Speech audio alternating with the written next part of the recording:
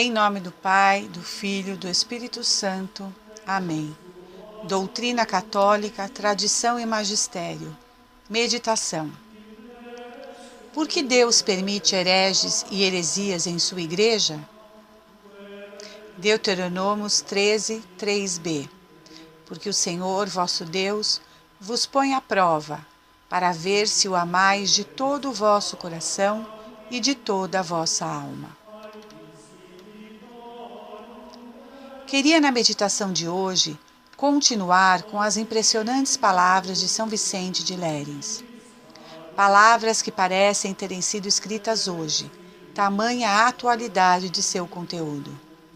Diz o santo: alguém pode dizer, por que Deus permite que com tanta frequência pessoas insígnes da Igreja se ponham a defender doutrinas novas entre os católicos? A pergunta é legítima e merece uma resposta ampla e detalhada. Mas responderei fundamentando-me não em minha capacidade pessoal, mas na autoridade da lei divina e no ensinamento do magistério eclesiástico. Ouçamos, pois, a Moisés, que ele nos diga o porquê, de vez em quando, Deus permite que homens doutos, inclusive chamados profetas pelo apóstolo, por causa de sua ciência, se ponham a ensinar novos dogmas que o Antigo Testamento chama, em seu estilo alegórico, de divindades estrangeiras. Realmente os hereges veneram suas próprias opiniões, tanto como os pagãos veneram seus deuses. Moisés escreve: se levantar no meio de ti um profeta, ou um visionário, ou seja, um mestre confirmado na igreja, cujo ensinamento seus discípulos e ouvintes creem ser proveniente de alguma revelação, anunciando-te um sinal ou prodígio, e suceder o sinal ou prodígio que anunciou. Deuteronômios 13, 1, 2a.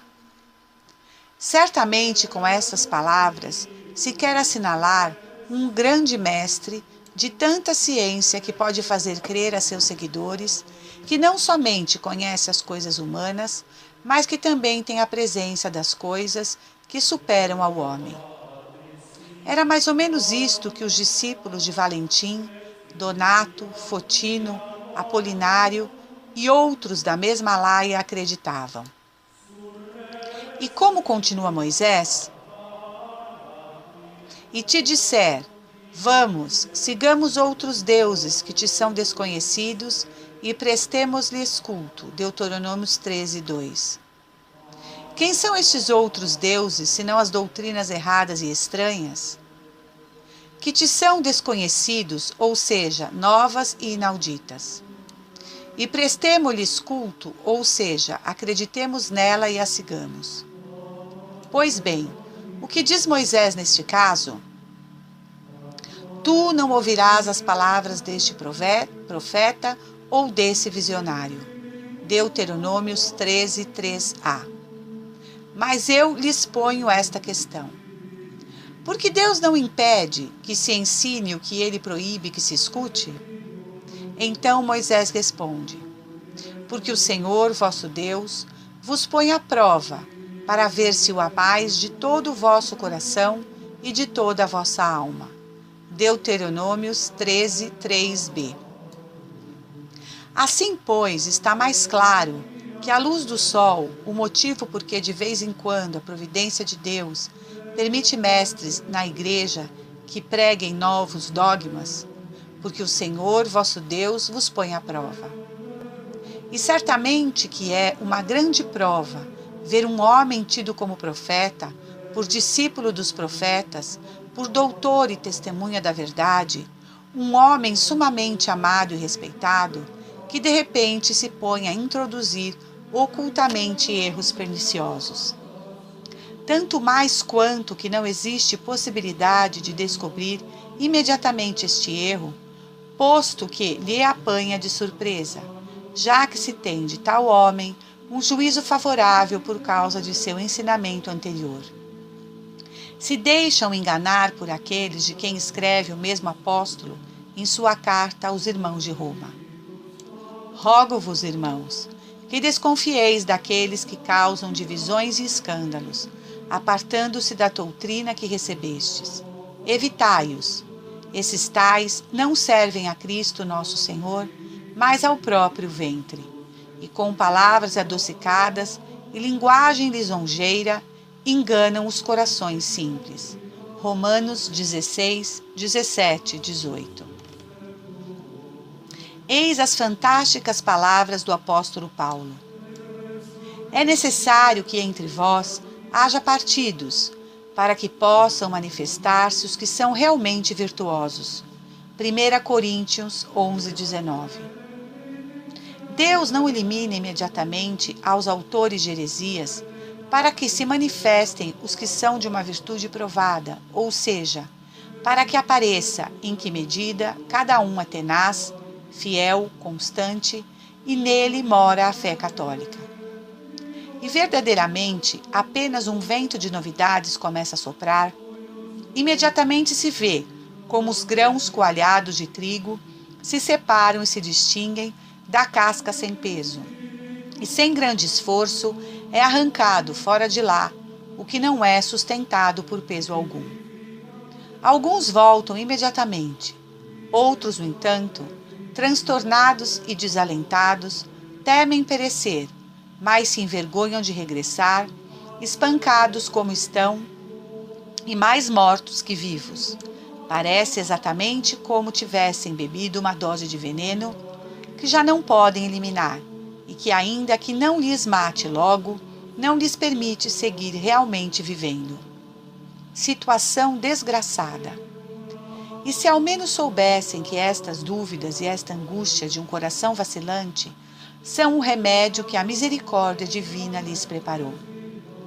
Por isso, precisamente, afastados do porto seguro da fé católica, são acudidos, golpeados, como imersos na tempestade, para que, recolhidas, amainadas, as velas da mente, que estavam estendidas ao largo e desdobradas aos ventos infiéis das novidades, voltem a buscar morada no refúgio confiado de sua mãe boa e tranquila, e rechaçadas as ondas amargas e alvoroçadas do erro, possam alcançar a fonte de águas vivas e saltitantes e beber dela.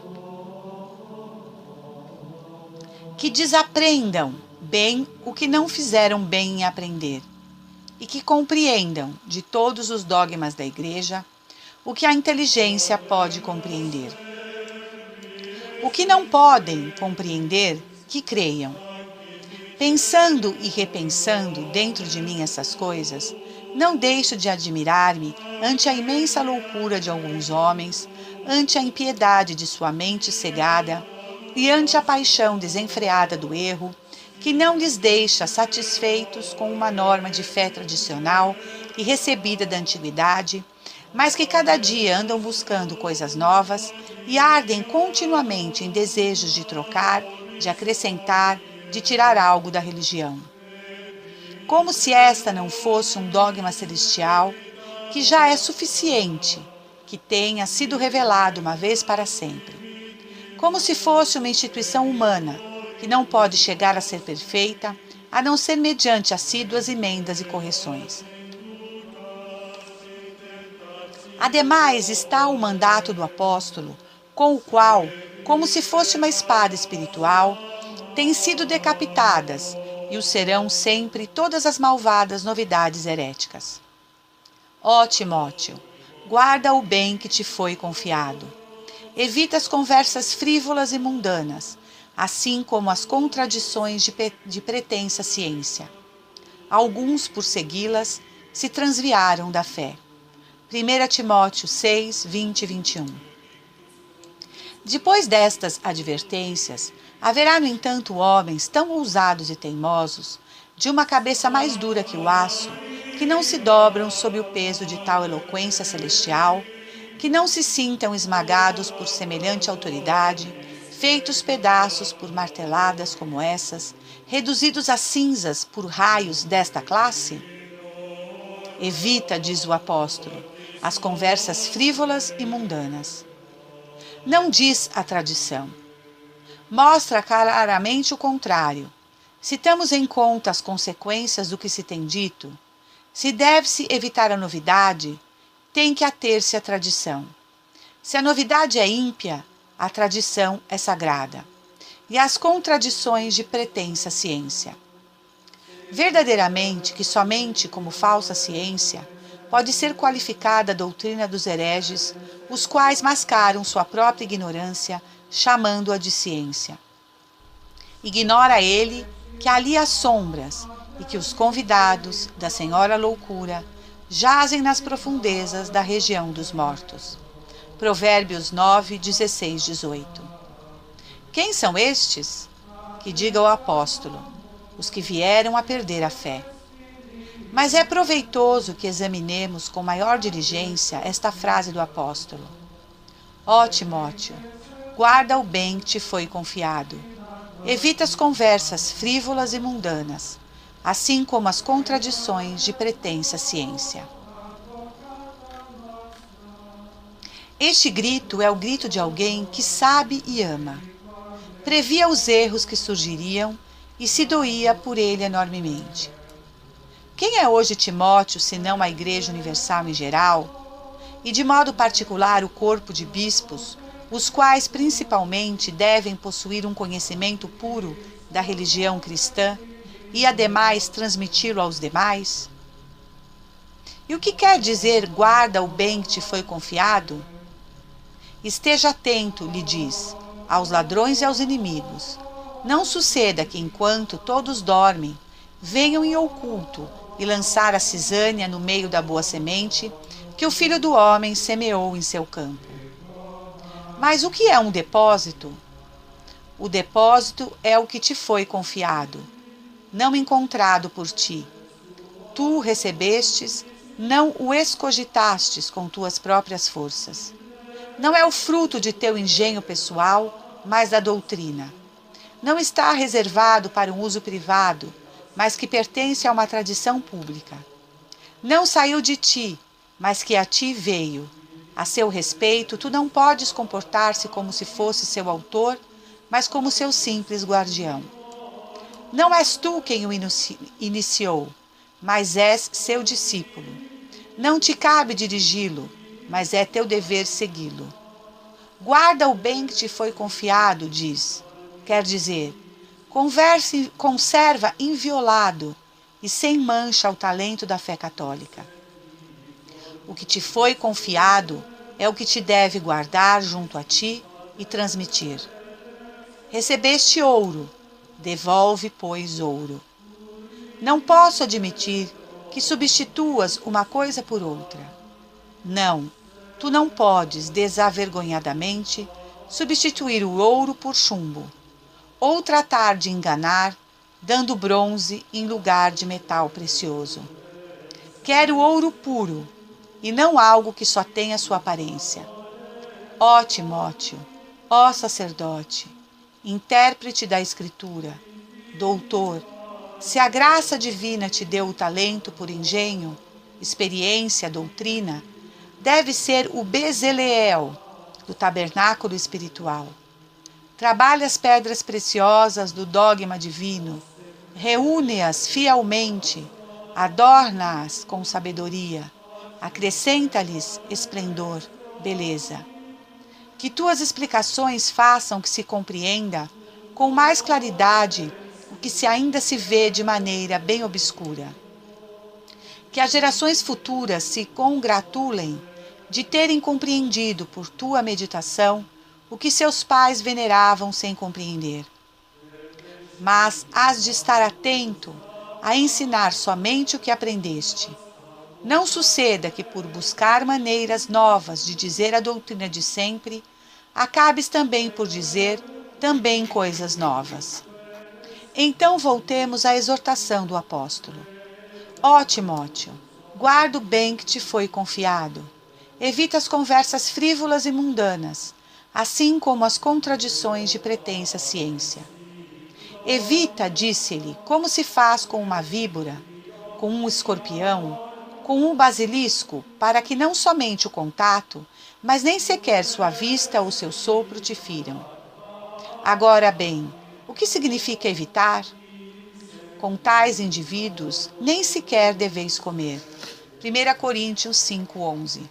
E também, se alguém vier a vós sem trazer esta doutrina, e que doutrina é esta, senão a católica universal, que permanece sendo única e a mesma através dos séculos, em uma incorrupta tradição de verdade, e que permanecerá assim sempre?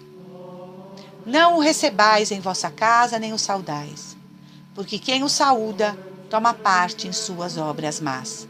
2 João 1, 10, 11. Profano é o que não tem nada de sagrado nem de religioso e é totalmente estranho ao santuário da igreja, templo de Deus. As novidades profanas nas expressões são, pois, as novidades concernentes aos dogmas, coisas e opiniões, em contraste com a tradição e a antiguidade. Sua aceitação implicaria necessariamente a violação quase que total da fé dos santos padres.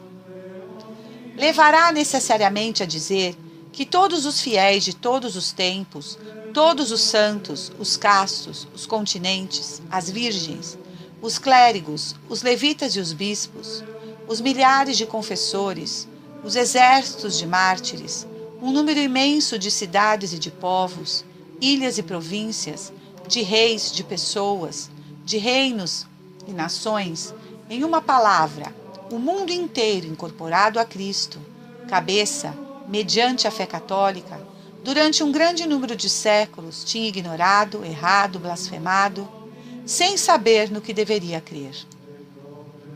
Evita, pois, as novidades profanas nas expressões, já que recebê-las e segui-las nunca foi costume dos católicos e sim dos hereges.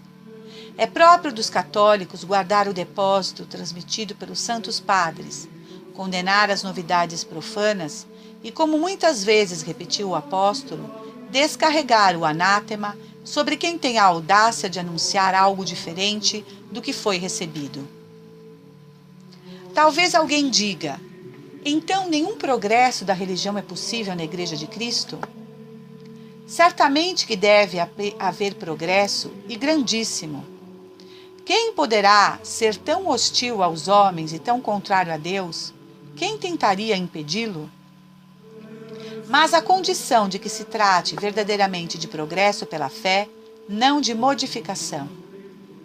É característica do progresso de todas as maneiras possíveis, a inteligência, o conhecimento, a sabedoria, tanto da coletividade como do indivíduo, de toda a Igreja, segundo as idades e os séculos, contanto que isso suceda exatamente segundo sua natureza peculiar, no mesmo dogma, no mesmo sentido, segundo uma mesma interpretação. A grande diferença entre a flor da infância e a maturidade da velhice. Não obstante, quem agora é velho são os mesmos que foram adolescentes. O aspecto e o porte de um indivíduo mudarão, mas se tratará sempre da mesma natureza e da mesma pessoa. Se a forma humana adotasse com o tempo um aspecto estranho à sua espécie, se lhe adicionasse ou se lhe tirasse algum membro, necessariamente todo o corpo morreria ou se faria monstruoso. A estas mesmas leis de crescimento deve seguir o dogma católico, de modo que com o passar dos anos se vá consolidando, se vá desenvolvendo no tempo, se vá tornando mais majestoso com a idade, mas de tal maneira que siga sempre incorrupto e incontaminado, íntegro e perfeito em todas as suas partes, e por assim dizer, em todos seus membros e sentidos, sem admitir nenhuma alteração, nenhuma perda de suas propriedades, nenhuma variação no que está definido. Não suceda jamais, pois, que os roseirais da doutrina católica se transformem em cardos espinhosos. Não suceda jamais, repito, que neste paraíso espiritual, de onde brotam o cinâmono e o bálsamo, despontem às escondidas a cisânia e o acônito. Tudo que a fé dos pais tem semeado no campo de Deus, que é a Igreja, é o que deve ser cultivado e guardado pelo zelo dos filhos. Somente este deve florescer, e não outra coisa. Deve florescer e amadurecer, crer e alcançar a perfeição. É legítimo que os antigos dogmas da filosofia celestial, ao correr dos séculos, se afinem, se aparem, se ilustrem, mas seria ímpio mudá-los, desfigurá-los, mutilá-los. Adquirem, ao contrário, maior evidência, clareza, precisão, mas é necessário que conservem sempre sua plenitude, integridade e propriedade. Se começa a misturar o novo com o antigo, o estranho com o que é familiar, o profano com o sagrado, em breve esta desordem se difundirá por todos os lados e nada na Igreja permanecerá intacto, íntegro, sem mancha. E onde antes se levantava o santuário da verdade, pura e incorrupta, exatamente neste lugar se levantará um prostíbulo da infâmia e de torpes erros. Que a misericórdia divina mantenha afastado da mente dos seus este crime. Que isso não seja mais que uma loucura dos ímpios. A Igreja de Cristo, guardiã vigilante e prudente dos dogmas que lhes são confiados, não muda nada neles, nem lhes tira ou acrescenta nada. Não rejeita o que é necessário, nem acrescenta o que é supérfluo. Não deixa que escape o que é seu, nem apropria do que pertence a outrem. Ao tomar cautelosamente, com fidelidade e prudência as doutrinas antigas, só busca fazer com sumo zelo o seguinte: reforçar o que tem sido expresso com precisão, guardar o que tem sido confirmado e definido. Na realidade, que fim se propôs obter sempre a Igreja com os decretos conciliares, senão que se creia com maior conhecimento o que antes já se cria com simplicidade? Que se pregue com maior insistência o que antes se pregava com menor empenho? Que se venere com maior solicitude o que já antes se honrava com demasiada calma? Isto e não outra coisa tem feito sempre a Igreja com os decretos dos concílios, provocada pelas inovações dos hereges. Transmitir à posteridade, em documentos escritos, o que fora recebido de nossos pais, mediante somente a tradição. Resumir em fórmulas breves uma grande quantidade de noções e, mais frequentemente, com o fim de ilustrar a inteligência. Salve Maria, e viva Cristo Rei! Senhor, dai-nos a fortaleza dos mártires. Em nome do Pai, do Filho e do Espírito Santo. Amém.